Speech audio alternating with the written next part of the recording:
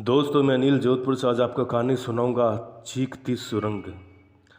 दुनिया में ऐसी बहुत सी जगह हैं जहां आत्माओं का वास है। आत्मा या फिर बुरी शक्तियां शुरू से ही इंसानी दिमाग के लिए क्विंदिती बनी हुई है।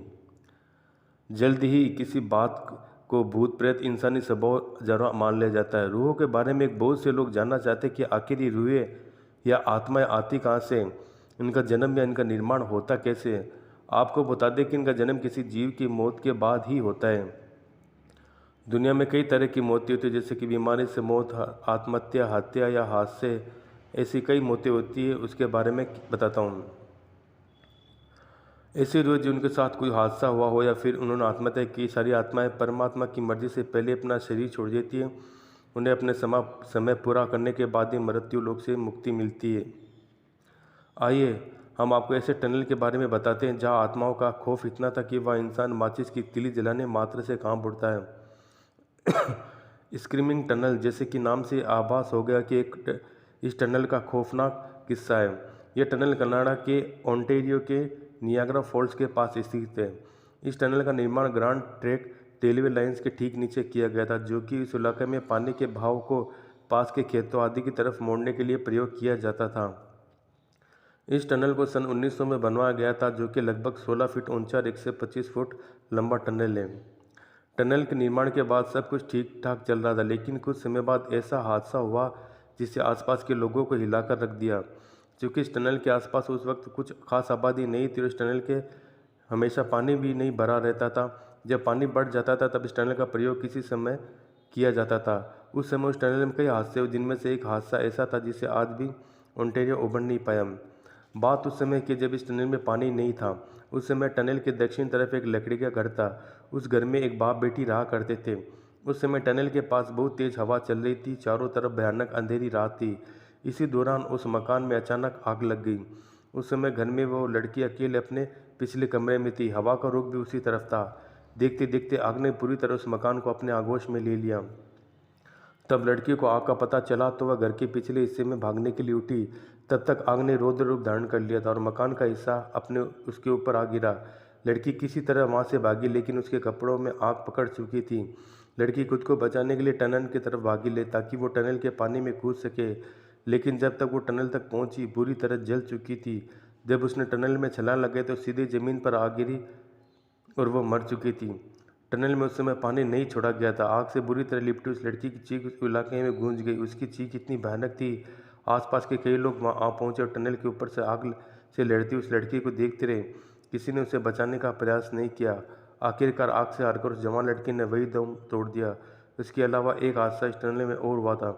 यह हादसा भी एक युवती के साथ ही हुआ था।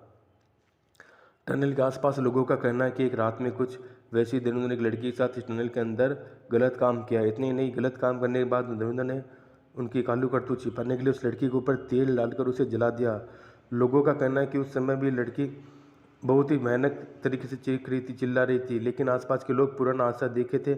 उन्हें लगा कि शायद उसी लड़की की आत्मा चीख रही है।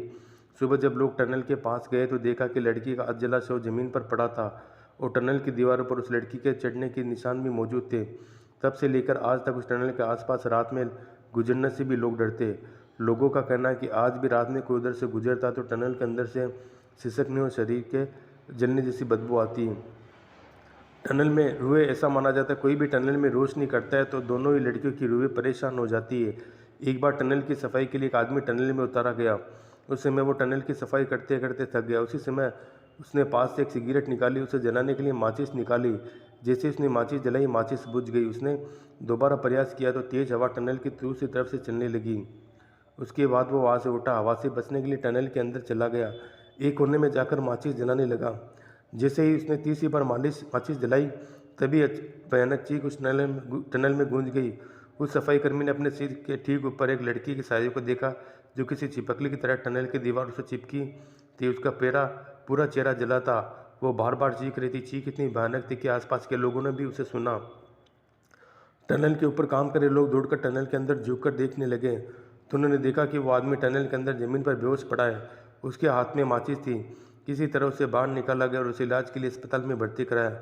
वो आदमी तो बच गया, उसने अपनी आप बीती लोगों को बताई, लेकिन कुछ दिनों के बाद उसका मानसिक संतुलन बिगड़ गया।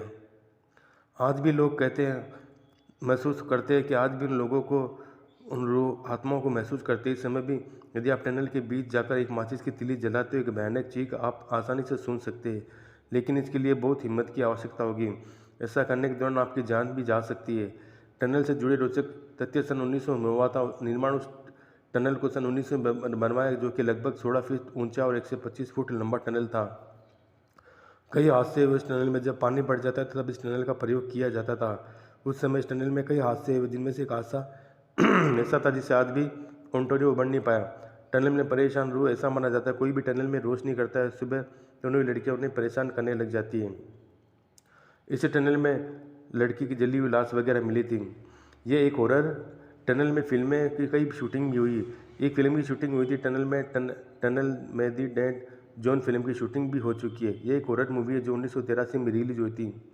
टनल के आसपास शूटिंग है और फिल्म लाइमस्टोन बनने की शूटिंग भी टनल के अंदर व आसपास हो चुकी है।